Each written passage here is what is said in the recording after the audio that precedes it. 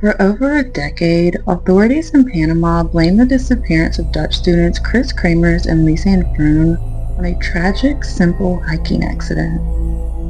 They told the world that two sensible young women simply stepped off a trail, got turned around, and succumbed to the unforgiving elements of the cloud forest. But what if the digital footprints they left behind expose a massive cover-up? Now we have the independent forensic files, and the data diagnostics tell us that exactly 10 days after they vanished, while an international search team, tracking dogs, and helicopters were actively tearing that jungle apart, someone was sitting down and professionally hacking their devices. They weren't checking a lock screen for a cellular bar on top of a mountain. The internal system logs proved that Kris's iPhone was forced into deep system firmware update modes on April 11th. You don't stumble into hacker-level update modes while lost in the woods. It requires a computer connection, specialized data cables, and deliberate human hands. This wasn't just a case of a botched investigation or local police negligence after the fact. This was an active digital manipulation happening in real time, right alongside the search window. And it changes absolutely everything we thought we knew. Welcome back to The Coven. I'm Samantha the Crime Witch. This is where we dive deep into true crime cases and unexplained mysteries, shedding light on some of the world's darkest stories. Now, this is only the second ever episode of the Crime Witch podcast, so if you are here right now watching this on YouTube or streaming on Spotify, please know that I appreciate your support more than I could ever say. You may already know me from TikTok or Instagram for my short-form true crime content, but if this is your very first time seeing me, welcome to the Coven. I am so incredibly excited to grow our community here, and my promise to you is to learn, adapt, and improve with every single episode. I am deeply, fiercely passionate about the cases I share, and I can only hope that shows through. Which is why I chose this specific case to launch this podcast. I have always felt in my gut that something major was being withheld from us about this case. The official story has never sat right with me. I firmly believe that Kris and Lisanne did not just wander off. But what exactly happened to them? Last week we broke down the base timeline of their initial disappearance, but this week we are opening up the heavily botched investigation, diving into the files, and laying out the shocking evidence that exposes a systematic cover-up. Now, before we look at the physical evidence, I want to take the time to correct a small but absolutely monumental flaw I discovered in one of my prior sources. If you watched part 1, you might remember me saying that their devices were hacked while locked away in police custody. An independent forensic analysis reveals that Kris's iPhone was accessed and manipulated on April 11th, 10 days after they went missing. So to be clear, the phone was not in police possession yet. It was supposedly out in the dense, rainy jungle. But the phone didn't generate those specific firmware update logs on its own. So while I absolutely believe Panamanian authorities had a massive hand in the cover-up later on, the phones were being manipulated before the state ever officially touched them. And that changes the entire game, because we can only assume this is the exact same hand that permanently executed photo 509 from the digital camera's root directory. So who was doing this? And what were they trying to hide? The theory holding more and more weight among independent forensic experts is terrifying. They believe that Kris and Lisanne were intercepted almost immediately, and their remains and belongings were later systematically planted back in the forest. To understand how an abduction could have happened, we have to look past the official police narrative and look at the eyewitness logs from day one. And this is where the timeline gets incredibly bone-chilling. When independent forensic investigators mapped out the trail, they uncovered a massive geographical anomaly. The lower section of the El Pianista Trail passes directly alongside local residential houses.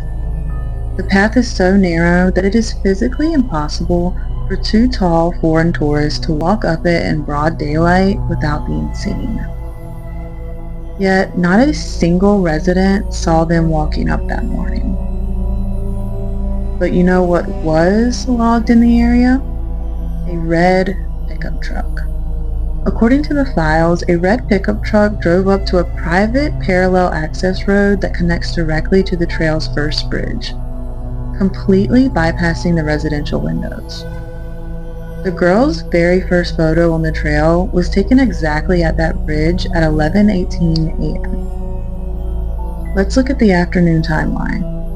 Between 4 and 5 p.m. that exact same day, the precise window when Kris and Lisanne dialed 112 and 911 for the very first time, 5 separate local residents witnessed that exact same red truck driving back down the mountain trail. So let's think about this. A vehicle is documented navigating a private route directly intersecting the crime scene at the exact hour the girls disappear. And it leaves the mountain the exact hour their distress calls begin. Yet, how did local police handle this massive lead? They completely ignored it. They never issued a warrant, they never forensically searched the vehicle for DNA, and the truck driver was allowed to just drive away and disappear into thin air. And the negligence doesn't stop with the truck. It extends to the entire town. Witnesses later came forward stating they saw 2 young women matching Kris and Lisanne's descriptions near a local pharmacy or grocery store in town later in the day. A store that had active outdoor surveillance cameras facing the street. But when independent investigators went to request the footage that could have conclusively proven if the girls were in town, the tape had been completely, permanently scrubbed from the system. But the most terrifying coincidence in this entire investigation involves the local taxi driver. He was the driver who claimed he originally dropped the girls off at the main trailhead entrance earlier that morning. A statement that heavily conflicted with the fact that no trail residents ever saw them walking that morning. And actually, there are multiple witnesses that claim to have seen them walking on the trail later in the afternoon between 2 and 4 p.m. These contradictions have never been explained. And because of the massive contradictions in this timeline, independent forensic investigators scheduled the taxi driver for a formal intensive re-interview to lock down his story under oath. But he never made the interview. Just days after the girls went missing, he was found dead, mysteriously drowned in a shallow local river. A perfectly healthy taxi driver, dead in a body of water he knew like the back of his hand. Are we supposed to believe that every single piece of evidence, every surveillance tape, and every key witness in this case just happened to suffer a freak accident? Or are we looking at a highly protected operation?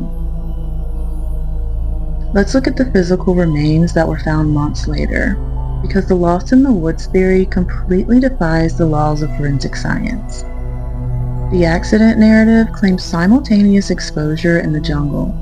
Yet Lisanne's foot was found intact inside her boot, with skin decomposing normally, while Kris's pelvic bone was found completely bleached dark white by the sun, with 0 tissue left. Furthermore, forensic anthropologists noted Kris's bones had incredibly high phosphorus levels that didn't match the local soil conditions at the time, hinting at chemical exposure or completely different environments.